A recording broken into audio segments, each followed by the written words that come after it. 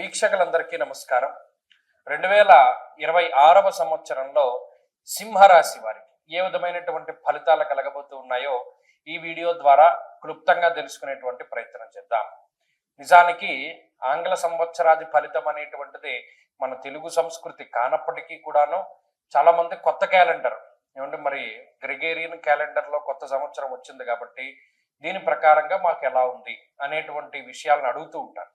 అలా అడిగినప్పుడు చెప్పడం ధర్మం. అయితే ఇక్కడ కొంతమంది అతిశయోక్తి ప్రదర్శిస్తున్నారు. ఈ నూతన ఆంగ్ల సంవత్సరానికి కూడా ఆదాయ వ్యయాలు, రాజపూజ్య అవమానాలు, మూర్తిమంతాలు ఇలా అనేక రకాలైనటువంటి విషయాలని జోడించి అసలు దాంట్లో సంబంధం లేకపోయినా అసలు గోచార పరిస్థితులు ఏంటి, దీనిలో గజకేసరి యోగాలు, బుధాదిత్య యోగాలు అనేక రకాలైనటువంటి అసలు సంబంధం లేనటువంటి విషయాలను ప్రస్తావిస్తున్నారు. ఇదొక ఎత్తు. అసలు మనం చెప్పే గోచారమే రాశికి సంబంధించిన విషయం, దీన్ని లగ్నంతో ముడిపెట్టి చెప్తున్నాడు. అసలు సంబంధం లేనటువంటి విషయం. సరే, ఇవన్నీ జరుగుతూ ఉన్నాయి. ఈ మాధ్యమంలో వచ్చిన తర్వాత ఎవరి పంధా వారిదిలాగానే ఉన్నది, వేరే పలు రకాలని చెప్పి. కాబట్టి అయితే ఉన్నటువంటి దాన్ని శాస్త్రోక్తంగా మనం చెప్పుకుంటూ వెళ్ళేటప్పుడు ఈ సింహరాశి వారిలో ఈ 2026వ సంవత్సరంలో ఉండేటువంటి గ్రహగతులను కనుక మనం పరిశీలన చేస్తే ఈ రాశి వారికి ఉన్నటువంటి గ్రహ సంపత్తిలో రాహు ఈ సంవత్సరం మొత్తము కూడా సప్తమ స్థానం అందు ఉంటారు. ఈ సంవత్సరం చివరిలో అంటే డిసెంబర్ 2026లో 6వ స్థానానికి మారతారు. షష్ఠరాహు చాలా అనుకూలమైనటువంటి గ్రహము. అయితే మరి ఈ సంవత్సరం అంతా సప్తమ రాహు ఫలితాన్ని చూడాలి. సంవత్సరం చివరిలో రాహు ఆయన షష్ఠంలోకి వస్తారు కాబట్టి రాహు మిశ్రమమైనటువంటి ఫలదాత. ఇక శనేశ్వరుడు అష్టమ స్థానమందు సంచారం చేస్తున్నారు. అష్టమ శనేశ్వరుని యొక్క దోషము ఈ రాశి వారికి ఉన్నది. ఇక్కడ మళ్ళా చాలా మంది అంటే ఇది ఎలా తయారైందంటే ఈ జ్యోతిష్ శాస్త్రం అన్నది ఖాళీగా ఉన్న వాళ్ళందరూ చెప్పచ్చు అనేటువంటి విధంగా తయారైంది.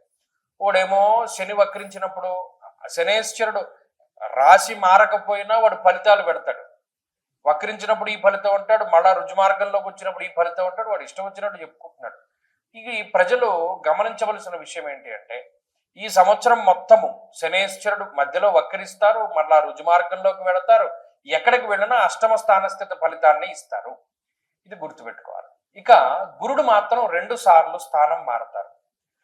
జూన్ 2వ తారీఖు వరకు లాభస్థానమందు ఉన్నటువంటి గురువు జూన్ 2 నుండి అక్టోబర్ 31 వరకు వ్యయస్థానమందు, అక్టోబర్ 31 నుండి డిసెంబర్ 31 వరకు జన్మరాశి యందు సంచారాన్ని చేస్తారు. అంటే లాభస్థానంలో ఉన్న గురువే బలము. తప్పితే జూన్ 2 దాటిన తర్వాత ఎప్పుడైతే పుష్కరాలు ప్రారంభమవుతాయో అప్పటి నుండి ఉండేటువంటి గురువు యొక్క ఫలితం సింహరాశి వారికి ప్రతికూలమే. కాబట్టి ఓవరాల్ గా మనం పరిశీలన చేసినప్పుడు ఒక 25% నుండి 30% మధ్యలో ఉండేటువంటి శుభ ఫలితాలని సింహరాశి వారు ఈ సంవత్సరం పొందుతున్నారు. ఏమండి అదేంటంటే చాలా తక్కువగా చెప్పారు, మేము చాలా గొప్ప గొప్ప ప్లాన్స్ వేసుకున్నాం, మీరు ఎలా బాగాలేదని చెప్తే మీ వీడియో చూడం, లేకపోతే స్కిప్ చేసేస్తాం, లేకపోతే ఎవడు మా వీడియో సింహరాశి వాళ్ళు టాప్లో ఉన్నారు బద్దలు కొట్టేస్తారు, కోట్లు సంపాదిస్తారు, లేకపోతేనేమో ఇంకా నిద్రపోతే కోటీశ్వర్లు అయిపోతారు అనేటువంటి విషయాలు చెప్తారు, వాళ్ళదే చూస్తామని అనుకుంటూ ఉంటారు. చెప్తారు కూడా చాలా మంది, లేకపోతే ఈయన ఎప్పుడూ నెగిటివ్ చెప్తాడని అంటారు. ఇక్కడ గమనించవలసిన విషయం, కొంతమంది తెలివైన వాళ్ళు ఉన్నారు. వాళ్ళు లాస్ట్ ఇయర్ నా వీడియో చూశారు. 24లో ఈయన ఎలా చెప్పాడు, ఎలా జరిగింది, 25లో ఈయన ఎలా చెప్పాడు, ఎలా జరిగింది, ప్రీవియస్ రికార్డ్స్ ఉంటాయి కదా, చెక్ చేసుకోవాలి. సింహరాశి వారికి బాగుందంటే బాగుంది, బాలేదంటే బాలేదు. నాకు మీ మీద ఏం కక్ష ఉండదు కదా. కాకపోతే ఏ పీరియడ్ బాగుంది ఏది బాగా లేదని తెలుసుకుంటే మాత్రం కొంత ఉపయోగం ఉంటుంది. జూన్ 2వ తారీఖు వరకు గురువు యొక్క బలం ఉంటుంది కాబట్టి యశో వృద్ధిర్ బలం తేజ సర్వత్ర విజయ సుఖం అన్నాడు. అంటే ఇంకా పరిస్థితులు ఎలా ఉన్నా, ఇప్పుడు చూడండి బండి మీద వెళ్ళిపోతూ ఉంటాడు, చైన్ ఊడిపోతుంది, పెట్రోల్ అయిపోతుంది, సెల్ఫ్ ఆగిపోతుంది, అయినా బండి వెళ్ళిపోతుంది కొంతసేపటికి ఎదరకి. అలాగా అష్టమశని ఉన్నా, సప్తమరాహు ఉన్నా, మిగతా గ్రహాలు ప్రతికూలంగా ఉన్నా గురుడు లాభంలో ఉన్నప్పుడు కొంత దూరం తీసుకుపోతాడు, ఎలాగోలా లాక్కుపోతాడు. బండిలో పెట్రోల్ అయిపోయింది, లేకపోతేనేమో బండి చైన్ తెగిపోయింది, ఏదైపోయినా సరే వీడు ఎదరికి వెళ్ళిపోతాడు, ఇంకోటి ఎవడో లిఫ్ట్ ఇస్తాడు, వాడు చేయి పట్టుకుని, లేకపోతే వెనకాల ఎవడో తన్నుతాడు బండి, వాడిలా తనడం ద్వారాను బండి వెళ్ళమైతే వెళ్ళిపోతుంది. అలా గురువు ఫలితాన్ని ఇస్తాడు. జీవితం ఏదో రకంగా ముందుకు వెళ్ళిపోతుంది. కానీ గురుబలం తగ్గిపోతే మాత్రం జూన్ నెల 2వ తారీఖు దాటిపోతే మాత్రం కొంత ఇబ్బందులు ఎదురవుతాయి. ఎందుకంటే మరి 3 దీర్ఘ సంచార గ్రహాలు ప్రతికూలం అయిపోతాయి కదా. మరి అలా ప్రతికూలం అయిపోయినప్పుడు మళ్ళా గోచార పరిస్థితులు నెమ్మది పడిపోతాయి. జాతకం మీద ఆధారపడిపోతాం. జాతకంలో దశాంతర దశలు బాగుంటే ఈ ఫలితాలు మళ్ళా అంత ఇబ్బంది పెట్టవు, లేకపోతేనేమో కొంత ఇబ్బంది పెడతాయి. ఇది కొంత మనం చూచాయిగా తెలుసుకోదగిన విషయం. సరే, మరి ఏ రకమైనటువంటి ఆటంకాలండి జూన్ 2 దాటాక అంటే? అష్టమంలో ఉన్న శనేశ్వరుడేమో నానా కార్య విరోధస్యాత్ వ్యాధిపీడా ధనక్షయం అన్నది శాస్త్రం. అంటే హెల్త్ పరంగా ఇబ్బందులు పెడతారు, దెబ్బలు తగిలేలా చేస్తారు, చిన్న చిన్న సర్జరీలు జరిగేలా చేస్తాడు. శనేశ్వరుడు ఎక్కువ వాతానికి సంబంధించినటువంటి ఇబ్బందులు వచ్చేలా చేస్తారు, నరాలకి సంబంధించినటువంటి ఇబ్బందులు వచ్చేలా చేస్తారు. అలాగే ప్రత్యేకించి వాయు సంబంధమైనటువంటి రోగములు శరీరమందు ప్రబలడానికి, వాత రోగములు ప్రబలడానికి కూడా శనేశ్వరుడు కారణమవుతూ ఉంటారు. ఈ విషయాలు ప్రధానంగా గుర్తుపెట్టుకోవాలి. అలాగే సప్తమ రాహు అంత ప్రతికూలమైనటువంటి గ్రహము కాదు, అంత వ్యతిరేకి కాదు, కానీ ఆయన పర్సనల్ లైఫ్ లో కొంత డిస్టర్బ్ చేస్తాడు, డ్యామేజ్ చేస్తాడు. కొంత మీరు అనుకునేటువంటి విషయాలు అవతల వాళ్ళకి కన్వే అవ్వు మీ జీవిత భాగస్వామికి. ఆ పరంగా కొన్ని చికాకులకు ఆయన కారణం అవ్వచ్చు. ఏదేమైనప్పటికీ మిశ్రమ ఫలదాత.